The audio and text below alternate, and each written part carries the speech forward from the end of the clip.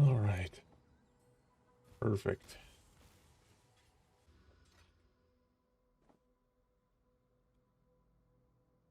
Holy shit. Ooh, yes.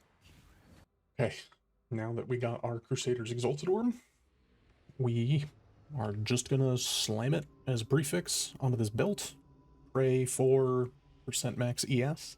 If we don't get percent max ES, we can either settle or we can go back to doing Reforged Defense with Harvest or Dense Fossil spamming until we get, at the very least, percent ES and hopefully flat ES combined. Then you can, mess around with doing some prefixes can't be changed and reforging. But it won't matter because we're just going to get it right here. I mean, it's not the worst. I am comfortable with settling for now. But just for now.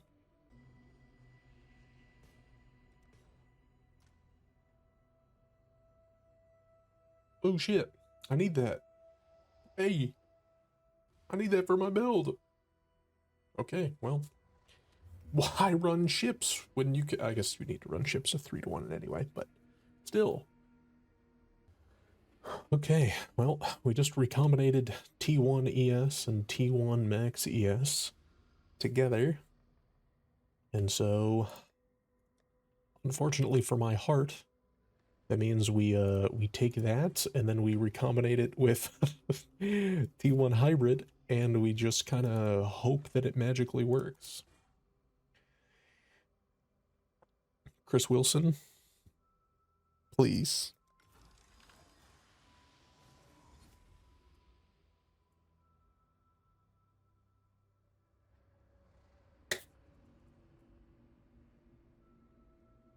Wow. Divine Judgment, Lapidary Lens. Yeah. Ooh, bricked. Yikes.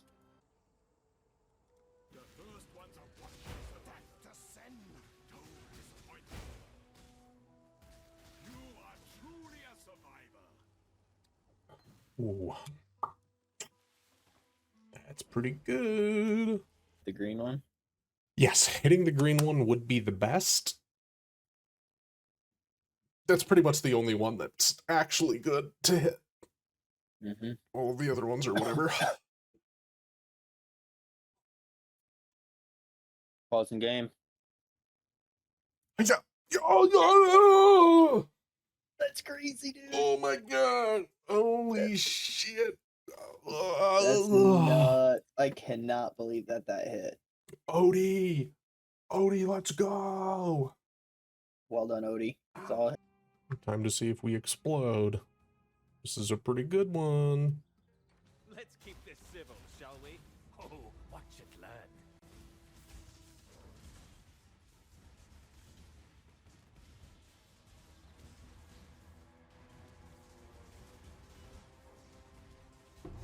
Hold still now.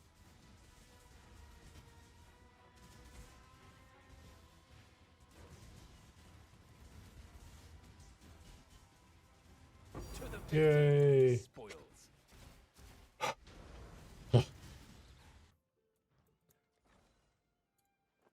We're going to recombine this, and it's going to be sick.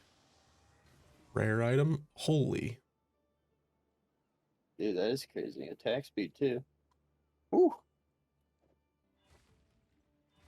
The fuck is T1 Hybrid? Oh, it's right there. Okay. My game's crashing. Well, now we just recom T1 Hybrid with this and hope we just kind of get it. Holy shit. Did you do it? Holy shit is right.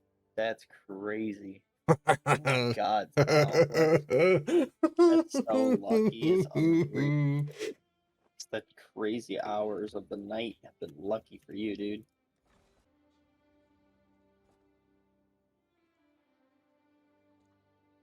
What?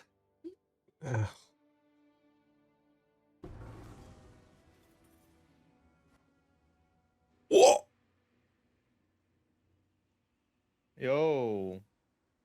What the fuck?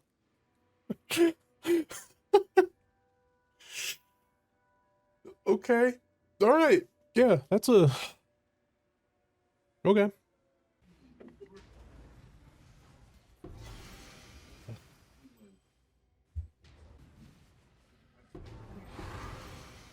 Hey there, folks.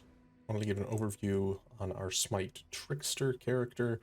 I almost said Ephemeral Edge Smite Trickster character, but that's not what we're playing, because I, for the life of me, can't drop one of those. But that's okay. Regardless, we will go through where the character is currently at, and what we want to target for upgrades. Going to try and go through a little bit more of a, methodical approach, if you will, for targeting out what some of our next upgrades are and some of my thought process. Got some feedback that it would be useful to have a bit more information related to kind of what we're thinking and sort of what we're looking at for some of our upgrades. If that sounds good and you guys ultimately like this, please let me know. I would also be happy to take a bit of a step back. You'll see some of the progression and things that I did for the character up to this point. But if you would like me to sort of start from scratch and say, how did I go through the idea of, I want to play this character, how do I start gathering gear, at what point do I feel like I can swap to it, and how do I get some of the initial improvements? Because obviously I'll have a handful of things I'm working on right now, but kind of as you can tell, I would say we're decently into this character is functional and mapping, and I would say we're into the mid to high investment. Obviously with SSF, the whole investment language is a bit questionable, but we're pretty well in for currency sunk into this. So if something like that would be interesting, feel free to let me know. But at the moment, we are level 95, hopefully going to hit 96 here shortly, and things are going very well. Obviously, like I said, I do not yet have an Ephemeral Edge, so a little bit later on, that'll be something that I talk about what I'm doing to try and get that. But right now, we're just using Energy Blade. So for the folks that may not have used it before, Energy Blade takes and gives you added minimum and maximum lightning damage equal to a percentage of your maximum energy shield. So it effectively plays the same way as an Ephemeral Edge build would. More ES means more damage. The main difference is that in all practicality, you will get less total EHP, but it will actually translate to being more damage per hit, usually, because the flat added that you get will be a good bit higher than typically what you get from Energy Blade, especially now that they've nerfed Energy Blade's top end percent of what you get from it. So that is how we're getting all of our damage. Stacking up quality is particularly important, because as you see here, the quality gives you more max ES to offset this 50% less, so we're down to 41% with our 2020 Energy Blade and our level 3 Enhance. Here in these same links, I also just have a Desecrate. I found a random quality 23 one, which has some extra cast speed, which is just generally kind of nice. So I have that linked up here as well, so Desecrate doesn't cause too much of a pain in the ass to cast. Granted, we usually only have to cast it one time. Why are we using a Desecrate? Well, that is because we are using General's Cry. This has been a tech for a little bit now, for at least this league. I don't know who came up with it originally. May have been Jungroan, but I've seen it for a few other folks for getting some single target damage. But the thought here is that you General's Cry Blade Flurry, and you have a single damage link for your volatility, and then you just throw it on auto exertion.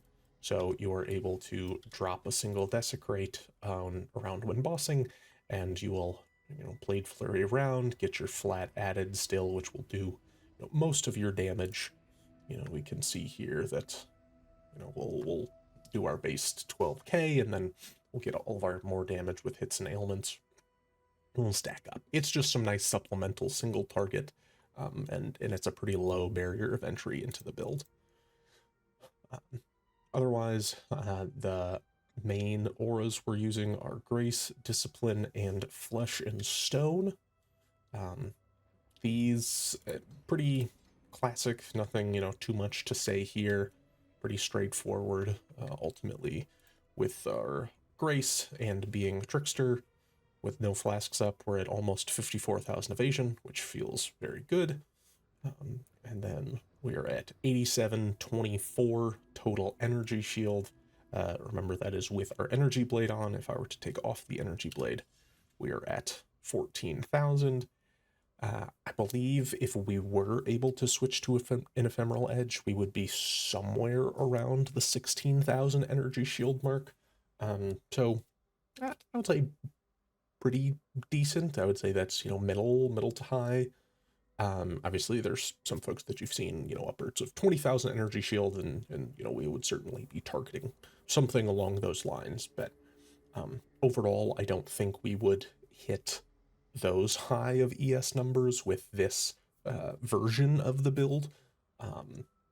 Mostly because we are, going to be losing some of the super top end energy shield because we are using the Coiling Whispers ring. So there's two main ways that you can go about making this build that I've typically seen, is that you are either using Coiling Whispers, or you're not, for lack of better way of describing it.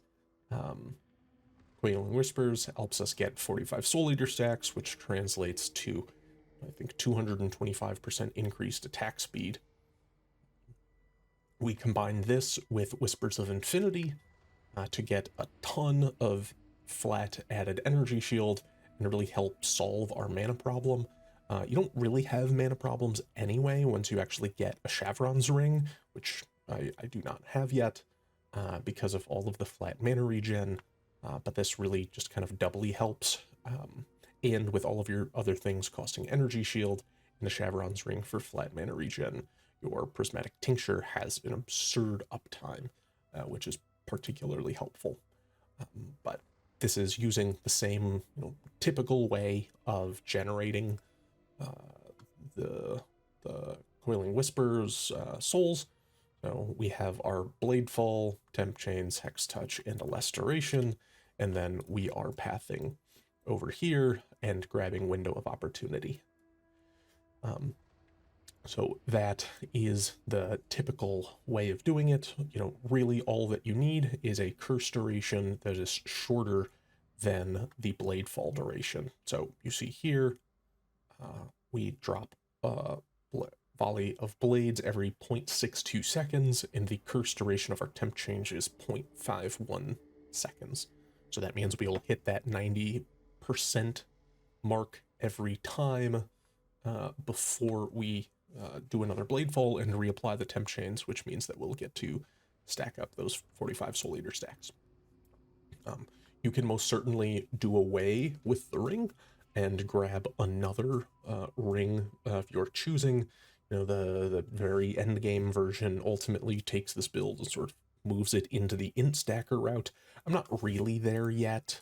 I do have intelligence because it is good, of course. So I'm at 504. I would say I'm like lightly int stacking, but certainly nothing absurd. But that very well may be where you get to in the end. Otherwise, we just have a bunch of high ES gear. So we have our triple T1 gloves, triple T1 helmet, double T1 and crafted move speed. I only have T1, T1, T2 for our body armor. I will likely look to recraft this or craft a different chest eventually. It would be obviously much nicer to get spell suppress on our suffixes, would mean that we would be able to drop some of these clunky points like we have here and maybe change around the pathing a bit. But I will likely do that on a different base because you would also want to get tempering orbs. And then shield is the next big thing. I just have 2 T2s here and I don't have hybrid at all. So the spirit shield is the next big thing to upgrade. For links, we have Smite of Divine Judgment. I have not gotten off my ass to actually go into the Alva Temple again to attempt to get a 2120 Vol Smite of Divine Judgment. I'll get there eventually. Vol Smite is still particularly helpful because of the additional flat added damage you will get from the Vol Smite aura, so that is definitely not something to skimp on. I've just been lazy, and frankly, I also haven't been doing a lot of bossing because I don't have a Doriani's prototype either. That is something that at least currently I left out of my Smite Trickster improvement, but it'll be very similar to the Shav's Revelations or the Ephemeral Edge of just kind of play the game and drop it. Like I said, we use the Whispers of Infinity Amulet, gives a ton of flat energy shield. We have Retaliations back here, generally just a fantastic anoint for giving us damage attack speed and then getting more ES from our shield. Back to our main links, we're using elemental damage with attacks, multi-strike, lightning pen, volatility, and damage on full life. I'm currently using lightning pen because, like I said, I don't have that Doriani's prototype mercenary. If I did, this would likely be an energy shield leech support. We're just not there yet. So, maybe one day we will end up getting there, but, we'll see. For coloring the chest, because this was what I thought was going to be a huge pain in the ass, and for what it's worth, it was kind of a pain. Ultimately, the best way that I found is there's two main ways to get the off-color chest. Your first option is to either, well, I guess they both stem from the same thing. They both realistically stem from clicking this at least 3 red sockets benchcraft. And then you can either click 3 sockets, so you have a 3-socket chest, click at least 3 red, and then do the socket trick, if you will, of clicking between 3 and 4, and then 4 and 5 sockets until you hit a red. And then, of course, click 6 sockets until it's a blue, which is hopefully soon, because that is a lot of jewelers. And then 6 link it.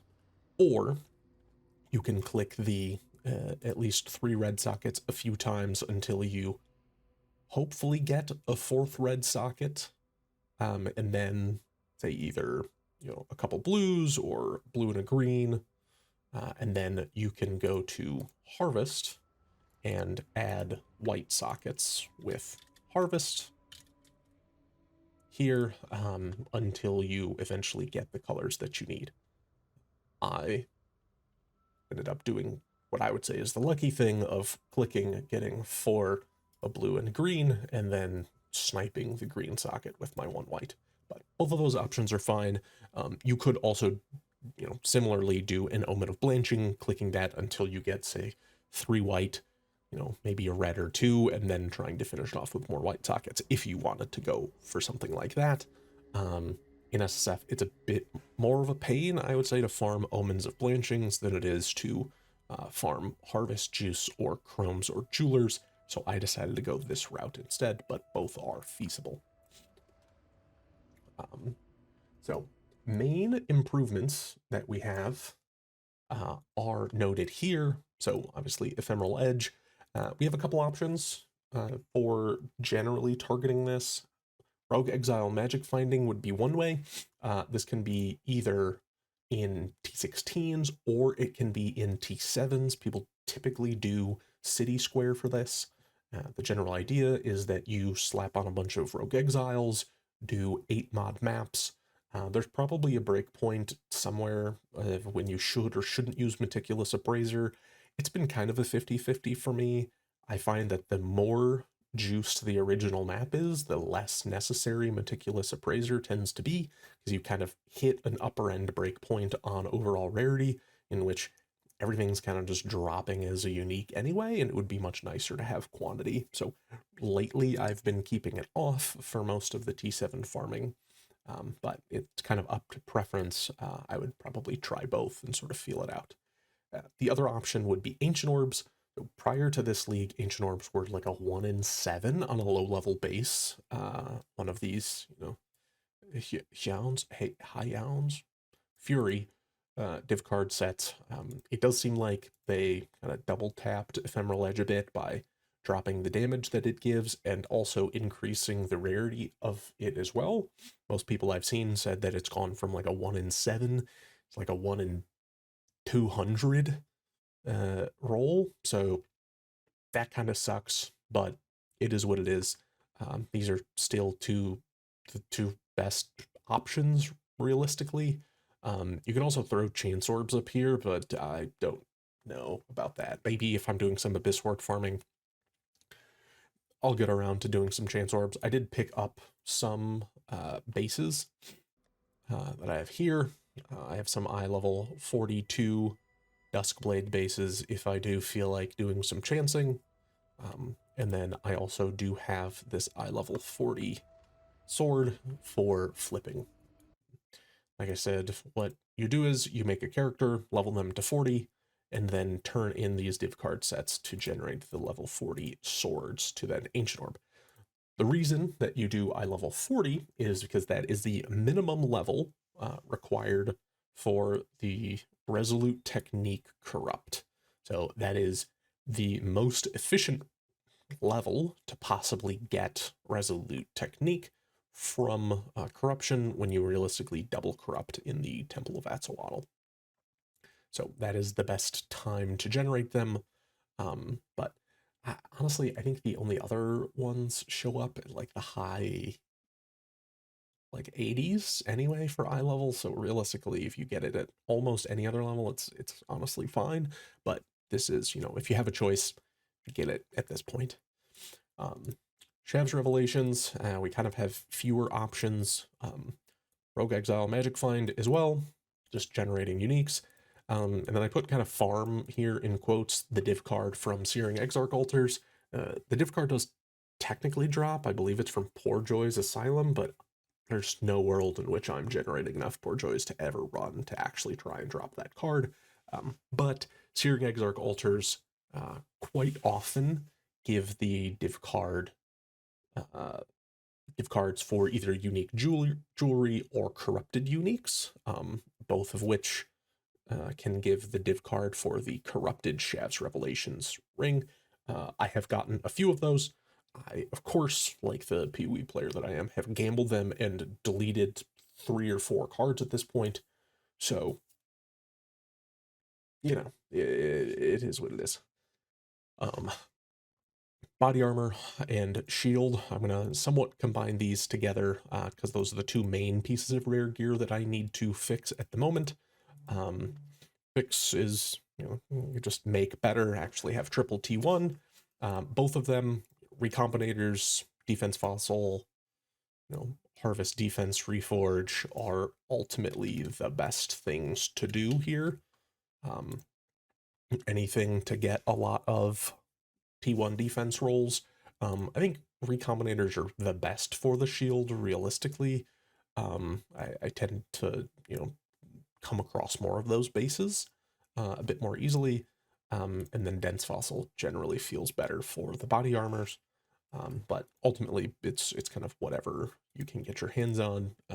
Eldritch Currency would be for crafting the suffixes, like I kind of have on this chest. Obviously, if the prefixes were the best, the suffixes, what I'd be doing here would just be some mixture of Eldritch Chaos, Exalt, and Annuls to get good suffixes. Good, in this sense, realistically just meaning a high spell suppression roll.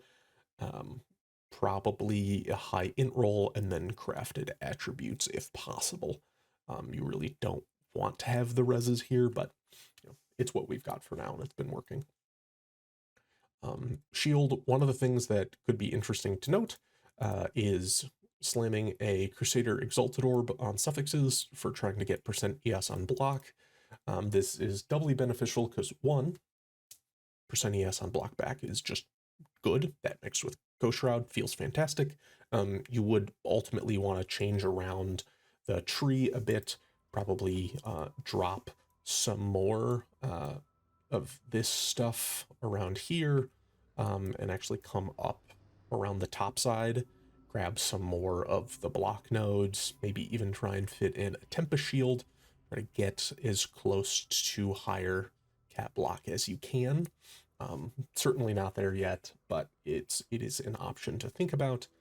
One of the other things that it is particularly good with is towards the end game, you can use a Bound by Destiny like this for getting percent increased intelligence if you have Crusader items equipped. This is certainly something that I would love to be able to put on. Since I probably won't be getting a Mageblood, I have a Crusader Stygian Vizier, which is the next best thing. I did not put the recrafting this for percent ES as opposed to percent increased lightning damage, because boy, oh boy, that would take so much effort that I am not looking forward to doing, so I'm just not even putting that on my list right now. But fitting either your second Crusader item as your ring or your shield is the most likely option, and so looking for that to enable the percent increased intelligence here would be particularly good. Let me get my notes back up. And then last thing is clusters. So as you can see here, I just have one cluster right now. It is just giving me stats. Pretty much nothing else. Mostly just trying to fix some attributes right now. I came down through here and grabbed this Rune Graft of the Fortress node. The increased global defenses is very strong, but of course that 10% reduce attributes hurts. Strength is pretty tough to get on this build, and I'm constantly fighting with dex because I don't have so much intelligence yet that my accuracy is fixed, so I'm spending more points than I would prefer into some accuracy nodes here. And so that is also one of the reasons why getting the Resolute Technique Corrupt would be particularly good, because I would be able to get 8 points back and go into an entire second cluster right here, and likely change this cluster around too. Aside from that, I just have some triple max ES nodes, also with generally good stuff. This one has 2 good mods, Int and ES. This one has 4 good mods, ultimately, Int, ES, Strength, and Evasion. Dropping the, probably Evasion, and that being percent increased effect would be by far the best option here. Obviously, also having these be higher tiers would also be good, but something like this is ultimately what we want to look for stacking these up. Aside from that, pretty typical tree, just a bunch of evasion and ES, some spell suppress. We got an additional strike here because I'm not generating rage anywhere else. You could make an argument for getting rage generation from a timeless jewel. I don't know where I put them.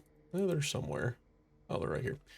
From a Lethal Pride, so then you could get additional strikes on your gloves instead and drop this node. Possibly even just drop all 4 of these points altogether. That could also be good. I would probably look to move into that once I have a little bit more jewel socket real estate with a second cluster, so that kind of all just combines together. Because right now, all of my jewels are giving some mixture of ES, res, and some attributes. Some are better than others, but that's effectively where we're at. And then I am getting my Corrupted Blood from a Ghastly Eye. This also has Avoid, Ignite, Shock, and some flat ES. I have been able to get Shock Immune from a combination of this Ghastly Eye jewel and my boot implicits. So some Avoid Ellie Ailment, some Shock Avoid, and then some more Shock Avoid here. So as you can see, I am 100% avoiding shock, and then because Trickster is what it is and has this action speed node, I'm also chill and freeze immune. So that means The only thing are the alt elements and then Ignite that I have to deal with. At least for now, I have the Soul of Abrath to sort of deal with that. But there's a world in which I look to be all elemental ailment immune too, whether that's through some other, crafting, finagling of sorts, or just dropping a Storm Shroud and slotting it in. But that is the character for now. Like I said, feel free to let me know if you like the general format of this video, where I kind of take a bit more of a deep dive on what some of my options are and what I'm looking to work on. And then also if you'd like to see kind of the broader how I go about choosing a build from start to finish, let me know, and I'm happy to work on that too. So that's all. Have a great day, and thank you.